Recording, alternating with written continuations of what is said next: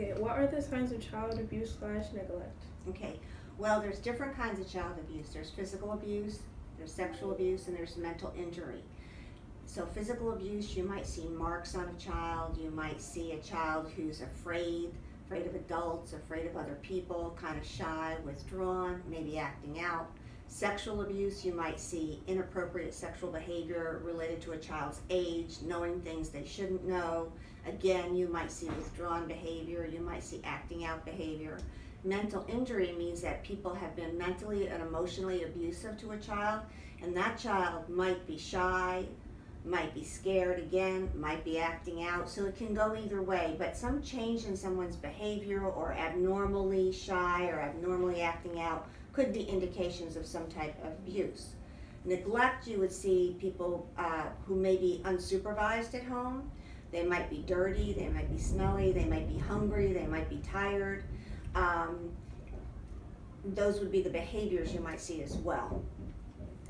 At what age can a child legally stay home without parental supervision?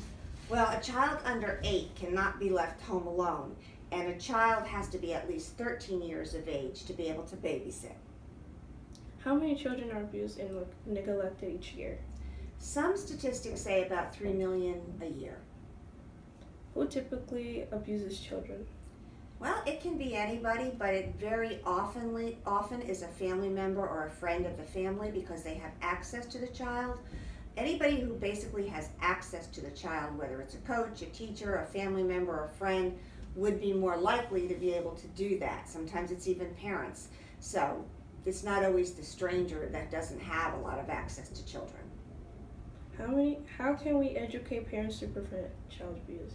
Well, first of all, you can educate parents on how to parent and how to handle their own anger and emotions and what consequences are appropriate for children. You can also educate parents and children both on how to stay safe and how to be careful around other people, what to say if somebody is doing something inappropriate.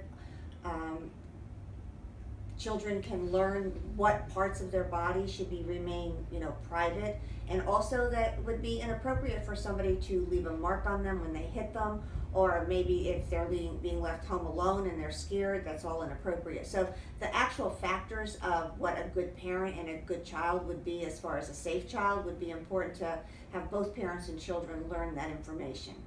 Yeah, well, thank you for the interview. You're welcome. Okay, did that